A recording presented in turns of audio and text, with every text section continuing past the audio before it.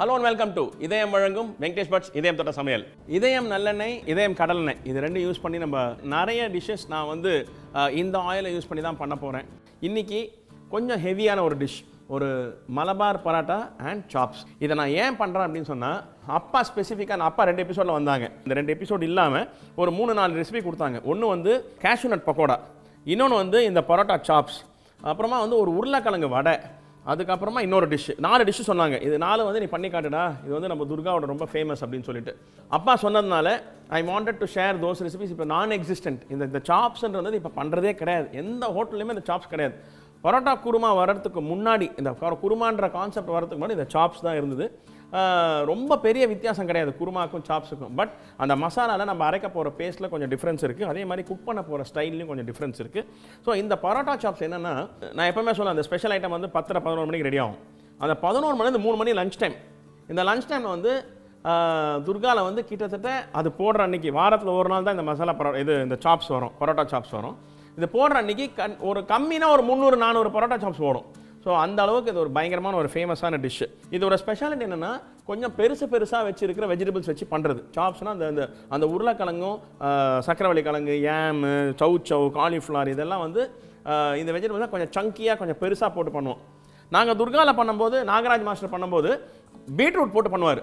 Beetroot போட்டு பண்ணோன்னா, இது வந்து யூஸ்வலாக சனிக்கிழமை தான் வரும். எவ்ரி சாட்டர்டே பரோட்டா சாப்ஸ் இருக்கும். ஸோ சனிக்கிழமை பண்ணும்போது பீட்ரூட் போட்டு பண்ணுவார். பீட்ரூட் பண்ணோன்னே ரெட் கலர் ஆகிடும், இந்த பீட்ரூட்டோட கலர் விட்டுரும். அதுக்கப்புறம் அப்பா வந்து நாகராஜ் மாஸ்டர் சொல்லி பீட்ரூட் நிப்பாட்டு, அப்படி இல்லைன்னா பீட்ரூட்டை வந்து ஒரு வாட்டி தண்ணியில் கொதிக்க வச்சு அந்த கலர் போன பிறகு அந்த பீட்ரூட் இந்த சாப்ஸில் போடு அப்படின்னு சொல்லி அந்த மாதிரி பீட்ரூட் போட்டுருந்தார். ஏன்னா அந்த கலர் வந்து ஆரஞ்சிஷ் எல்லோ கலரில் இருக்கணுமே தவிர அந்த ரெட் கலர் வரக்கூடாதுன்றதுக்காக பீட்ரூட் நிப்பாட்டினாங்க. ஸோ நீங்கள் வேணும்னா பீட்ரூட் போட்டு கலர் வந்து கொஞ்சம் ரெட்டாக வந்தால் பரவாயில்லன்னா நீங்கள் பீட்ரூட்டும் யூஸ் பண்ணலாம். ஒரு ஃபேண்டாஸ்டிக் கிரன்ச்சி சங்கி வெஜிடபிள் அதுவும். ஸோ நான் இங்கே வந்து சேனக்கிழங்கு, காலிஃப்ளவர், கேரட், உருளைக்கிழங்கு, சௌ, இது நான் இந்த 5 வெஜிடபிள்ஸ் வச்சு நான் இந்த சாப்ஸ் பண்ண போகிறேன்.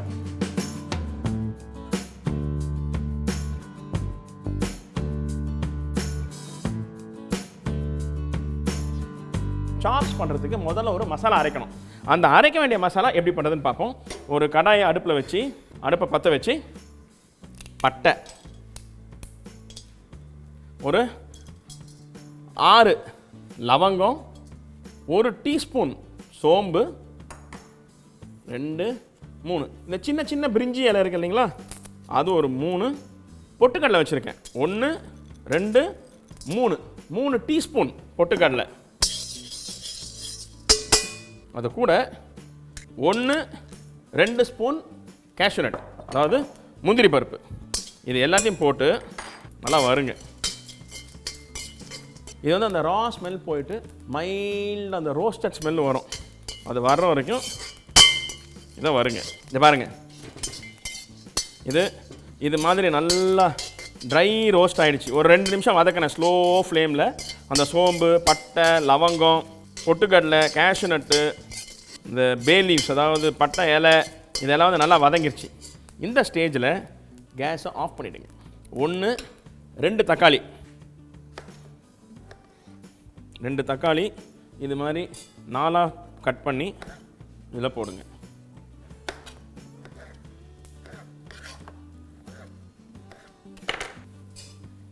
அது கூட துருவன தேங்காய், இதோ 1 கை, அவ்வளோதான் துருவன தேங்காய். அப்புறமா புதினா இலை ஒரு 1/2 கட்டு. இது எல்லாத்தையும் போட்டு இந்த கடாய் இருக்கிற சூடுலேயே இதை மிக்ஸ் பண்ணுங்கள். இதுக்கு கேஸ் ஆஃப் பண்ணிட்டேன் நான். கேஸ் ஆஃப் பண்ணிவிட்டு அந்த கடாய் சூடு இருக்குது தெரியுமா, அதுலேயே இந்த தக்காளி, இந்த தேங்காய், இந்த புதினா இலை அந்த சூடில் வதக்கணும். இதில் நான் எதுலேயுமே ஆயில் போடல, எல்லாமே பச்சை இன்க்ரீடியன்ஸ். இதை அந்த சூடு கம்மியாகிற வரைக்கும் ஒரு 2-3 நிமிஷத்துக்கு இந்த தேங்காய், புதினா இலை, இந்த தக்காளி வதங்கட்டும். அவ்வளோ வதங்கினா போதும், அவ்வளோதான்.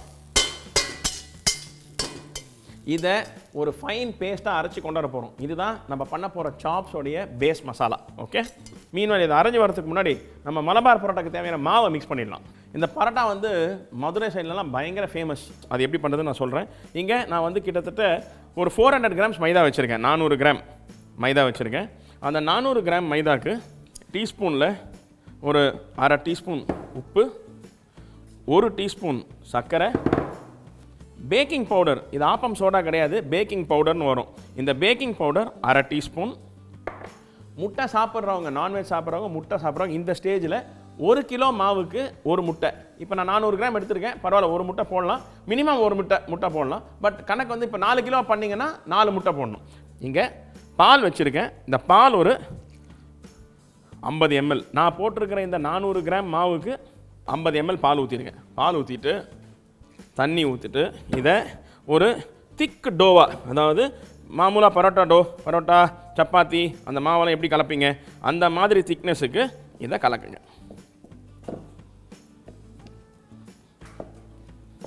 இந்த இன்க்ரீடியன்ஸ் எல்லாம் அந்த சர்க்கரை, அந்த மைதா, அந்த பால், அதுக்கப்புறமா அந்த உப்பு, சர்க்கரை, பேக்கிங் பவுடர், இதெல்லாம் வந்து நல்லா மிக்ஸ் ஆகணும். இது மாதிரி மிக்ஸ் ஆன மாவை இங்கே கடலெண்ணெய் வச்சுருக்கேன், மந்த்ரா கடலெண்ணெய், அதை இந்த மாவு மேலே இப்படி தெளிச்சிடுறேன்.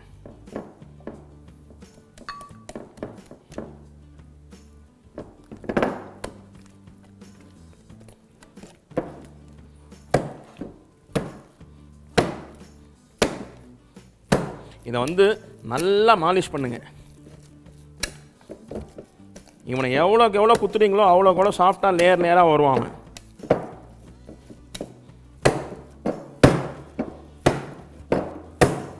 இது மாதிரி மிக்ஸ் பண்ணி இதுக்கு மேலே இது மாதிரி நல்லா ஆயில் பாருங்கள், இது மாதிரி ஆயில் ஸ்ப்ரிங்கிள் பண்ணி இவனை கரெக்டாக 20 நிமிஷத்துக்கு தனியாக விட்ருங்க.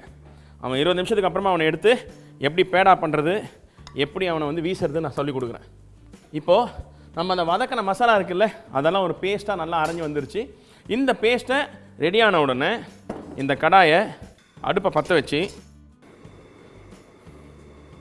ஒரு 4 டேபிள் ஸ்பூன் மந்த்ரா கடலெண்ணெய் போட்டிருக்கேன் நான். இந்த கடலெண்ணெய் சூடான உடனே 1 டீஸ்பூன் மஸ்டர்ட் சீட்ஸ், அதாவது கடுகு. இந்த கடுகு பொரியும் போதே இங்கே வெங்காயம் வச்சுருக்கேன், பெரிய பெரிய க்யூப்ஸாக, இது மாதிரி ரொம்ப சின்ன சின்ன பீஸ் ஆகக்கூடாது, இது மாதிரி பெரிய பெரிய க்யூப்ஸாக. நான் இங்கே வந்து ரொம்ப மீடியம் சைஸ் வெங்காயம் தான் வச்சுருக்கேன். இந்த மீடியம் சைஸ் வெங்காயனால 3 போடுறேன்.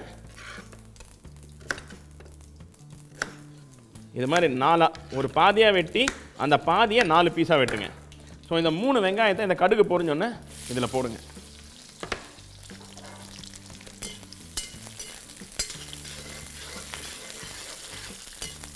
இது நல்லா சக்குலண்ட்டாக தனித்தனியாக உதிராக போகுது பாருங்கள். இது மாதிரி நல்லா குக் பண்ணணும். இந்த சாப்ஸில் வந்து பரோட்டா கூட மிக்ஸ் பண்ணி சாப்பிட்ற மாதிரி இந்த வெஜிடபிள் சரி, இந்த வெங்காயமும் சரி, இதெல்லாம் வந்து பெரிய பெரிய பீஸாக வெட்டுறதுக்கு காரணம் வந்து அந்த சங்கியாக வாயில் கிடைக்கணும் அப்படின்றதுக்காக இது பண்ணது. அது வந்து ஹோட்டலில் விற்கிறதுக்காக ஒரு கமர்ஷியல் ரீசனுக்காக, பார்க்குறதுக்கு நல்லா வெஜிடபிள் நல்லா தெரியணுன்றதுக்காக போட்டிருக்காங்க.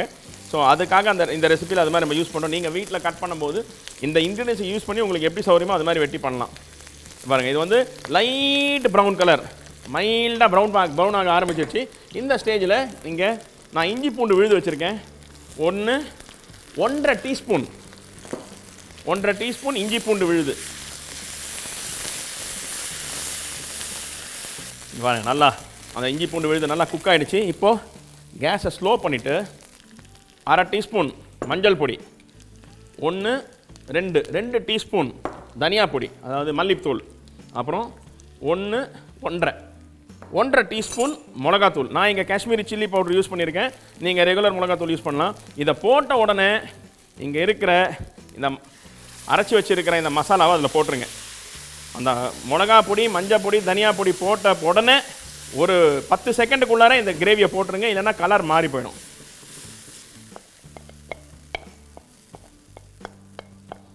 போட்டு நல்லா மிக்ஸ் பண்ணி விடுங்க. மிக்ஸ் பண்ணிவிட்டு ஒரு 1/2 லிட்டர் தண்ணி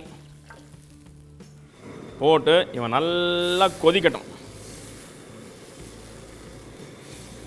இந்த ஸ்டேஜில் இந்த சாப்ஸுக்கு தேவையான உப்பு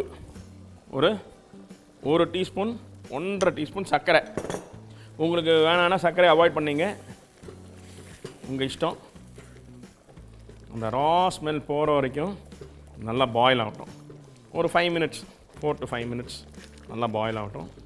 இப்போது இங்கே நான் சேனக்கிழங்கு, காலிஃப்ளவர், கேரட்டு, உருளைக்கிழங்கு, சௌ இது 5 வச்சுருக்கேன். இது எல்லாமே நான் சாப் பண்ணி சின்ன சின்ன க்யூப்ஸாக பண்ணி இதை வந்து தண்ணியில் பாயில் பண்ணி வச்சுருக்கேன். இது ஆல்ரெடி குக்டு. அந்த வெஜிடபிள்ஸை இந்த ஸ்டேஜில் இதெல்லாம் ஆட் பண்ணுறோம்.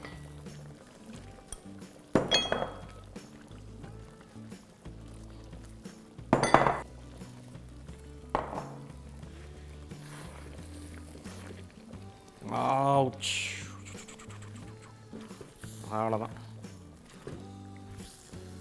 அடங்கிட்டான் பாருங்கள். அந்த கூட்டாளிங்கெல்லாம் உள்ளே வந்து சேர்ந்துட்டானுங்க, சைலண்ட் ஆகிட்டான். பாருங்கள், ஒரு ரஸ்டிக் மெலாஞ்ச் ஆஃப் வெஜிடபிள்ஸ். இந்த 5 வெஜிடபிள்ஸு அந்த லைட்டாக கிரேவியாக இருக்கிற அந்த அந்த கன்சிஸ்டன்சியில் இருக்கிற ஒரு குருமா, ஒரு ஃபென்டாஸ்டிக் அரோமா. இந்த வெஜிடபிள்ஸ் எல்லாம் போட்டுட்டு நல்ல ஒரு 5 மினிட்ஸ் இவன் குக் ஆகட்டும். இந்த ஸ்டேஜில் ஒரு 2 டேபிள் ஸ்பூன் எண்ணெய் அந்த தலையில் கொட்டி, திட்டாதீங்க கேட்குது எனக்கு. இது வந்து கிளேஸ் கொடுக்கறதுக்கு. ஸோ இதெல்லாம் வந்து கமர்ஷியல். நான் வந்து ஹோட்டலில் சமைக்கிறேன். ஸோ எனக்கு வந்து நீங்கள் வீட்டில் சமைக்கிற மாதிரிலாம் எனக்கு சமைக்க தெரியாது. ஸோ எனக்கு வந்து கலர், ஷைன், அந்த வெஜிடபிள்ஸோடைய பிரைட்னஸ் இதெல்லாம் எனக்கு ரொம்ப இம்பார்ட்டன்ட். நான் வாயில் சாப்பிட்றேன், முதல்ல கண்ணில் சாப்பிட்றேன். ஸோ அதனால் எனக்கு வந்து அந்த கிளேஸ் கொடுக்கறது வந்து நான் எல்லாமே நினைப்பாங்க எனக்கு ரொம்ப சக்கரை வந்து ஸ்வீட்னஸ்க்காக பிடிக்கும் அப்படின்னு. ஸ்வீட் எனக்கு பிடிச்சிருந்தா கூட சக்கரை வந்து எந்த டிஷ்ஷில் போட்டாலும் அது வந்து கேரமலைசேஷன் ஆகும். அந்த சுகர் வந்து ஒரு கிளேஸ் கொடுக்கும்.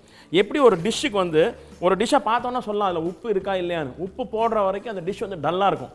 உப்பு சோடியம் பட்ட உடனே அந்த டிஷ் வந்து பிரைட்னஸ் வந்துடும். அதுதான் சால்ட்டோடைய பவர். ஸோ அது மாதிரி அந்த உப்பு வந்து கடைசியில் போடணும் அப்படின்னு சொல்லுவாங்க. அது மாதிரி தான் இந்த எண்ணெயும். அந்த எண்ணெய் போட்டோன்னா பாருங்கள், அந்த மேலே பாருங்கள் எவ்வளோ ஒரு பியூட்டிஃபுல் கிளேஸ் வந்திருக்கு பாருங்கள், ஒரு ஃபென்டாஸ்டிக் ஷைன். அவ்வளோதான், ஓவர்.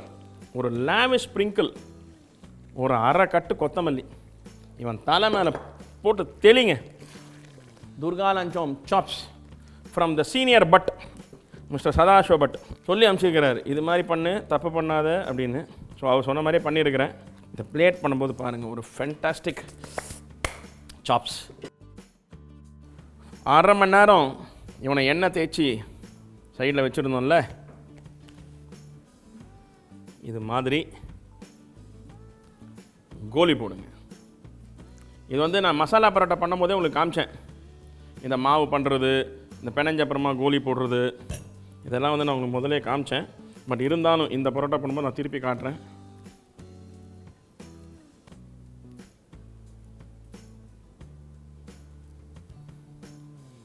இது மாதிரி நான் இது மாதிரி கோலி போடுறேன். நீங்கள் ரவுண்டாக உருட்டினா கூட போதும்.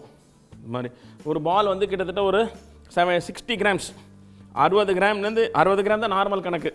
60 to 70 கிராம்ஸ் இருக்கிற மாதிரி இப்போ நீங்கள் உருட்டிங்க. இங்கே நான் வனஸ்பதி வச்சுருக்கேன். இதில் வனஸ்பதி நான் இன்றைக்கி மெது பக்கோடா பண்ணும்போது யூஸ் பண்ணேன். யூடியூப்பில் இருக்கிற 190 பேர் திட்டினீங்க, வனஸ்பதி யூஸ் பண்ணுறீங்க, வனஸ்பதி நான் யூஸ் பண்ணுறதில்ல, வனஸ்பதி உடம்புக்கு கெடுதல் அப்படின்னு. ஆனால் இந்த பரோட்டாக்கு வந்து இந்த லேயராக வரணும்னு வச்சிங்களேன். அந்த எடுக்கும்போது அப்படியே லேயராக வரணும்னா ரொம்ப முக்கியமான விஷயம் வந்து வனஸ்பதி.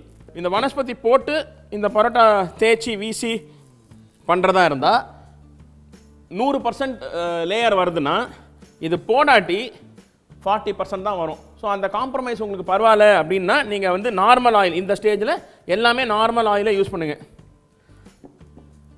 கடலெண்ணெய் கூட யூஸ் பண்ணிக்கலாம். ஸோ இது மாதிரி கோலி போட்டு வனஸ்பதியை தேய்ச்சிடுங்க. தேய்ச்சி இங்கே இந்த கல்லுலேயும் நல்லா வனஸ்பதி போட்டு, இப்போ நீங்கள் கோலி போட்டு வச்சிங்க தெரியுமா, அந்த பாலை நம்ம கோலி போட்டோன்னே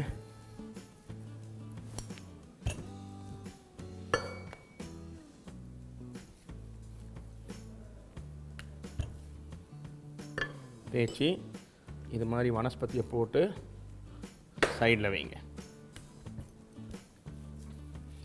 அந்த வனஸ்பதியும் பேக்கிங் பவுடர் சேர்ந்து தான் அந்த பரோட்டாவுக்கு அத்தனை 1000 லேயர் கொடுக்குது. அந்த லேயர் வரணுன்னா இந்த பரோட்டாவுக்கு நம்ம பண்ணுற மாதிரி கொஞ்சம் வனஸ்பதி யூஸ் பண்ணி தான் ஆகணும். அந்த ஹோட்டல் ஃபீல், ஹோட்டலில் சாப்பிட்ற மாதிரி வேணுன்றவங்களுக்கு இட் இஸ் இம்பார்ட்டண்ட். இப்போது நம்ம இது மாதிரி பூரி கட்டையில் தேய்ச்சி வச்ச இந்த மாவு ரெடியாக இருக்குது. இதை நான் முதல்ல சொன்ன மாதிரி லெஃப்ட் ஹேண்டில் கட்டை விரல் உள்ளார 4 விரல் மேலே, ரைட் ஹேண்ட் இப்படி இது மாதிரி ஒவ்வொரு இன்ச்சாக நவுந்து இதை வீசணும்.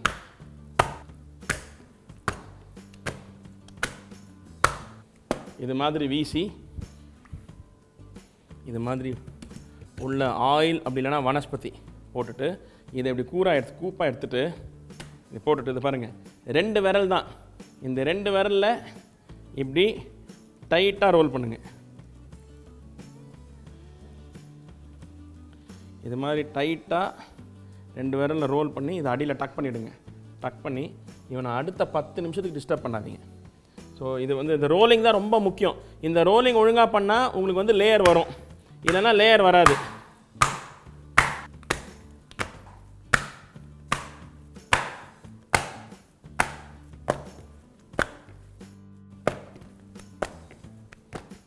ஈஸி.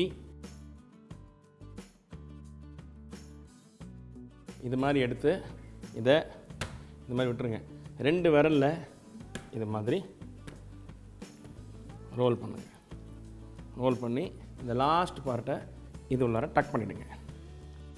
15 நிமிஷம் இது மாதிரி ரோல் பண்ணி வச்ச பிறகு இவனுங்க ரெடி ஆகிடுவானுங்க. அடுப்பை பற்ற வச்சு ஒரு கல்லை சூடாக்கி ஆன அளவுக்கு கையில் இது மாதிரி தட்டுங்க. அதுக்கப்புறமா இது மாதிரி பொறுமையாக அந்த லேயர்லாம் நசுங்கி போகாமல் இருக்கிற மாதிரி இது மாதிரி தேய்ச்சிங்க.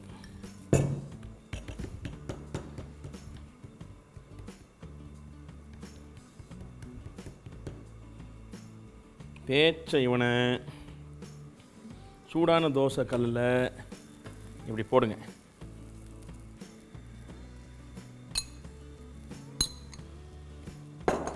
ஆயில் தெளித்து பொறுமையாக 2 சைடும் நல்ல ப்ரௌன் கலர் வர்ற மாதிரி இந்த சைடு ஒரு 1/2 ஸ்பூன், அந்த சைடு ஒரு 1/2 ஸ்பூன்.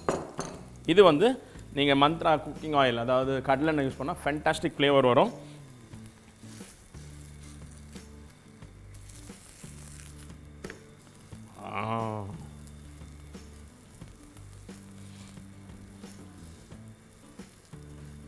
ஸ்லோ ஃப்ளேமில் பொறுமையாக உள்ளார வரைக்கும் அது குக் ஆகணும். அதனால் அதை பொறுமையாக குக் பண்ணுங்கள்.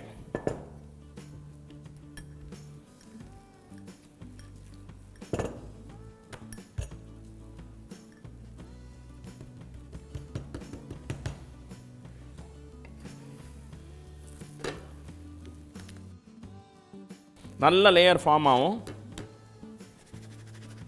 பரோட்டா வெந்துருச்சு. இதை எடுத்து சைடில் வைக்கலாம். அடுத்தவனை தூக்கி பேனில் போடுங்க.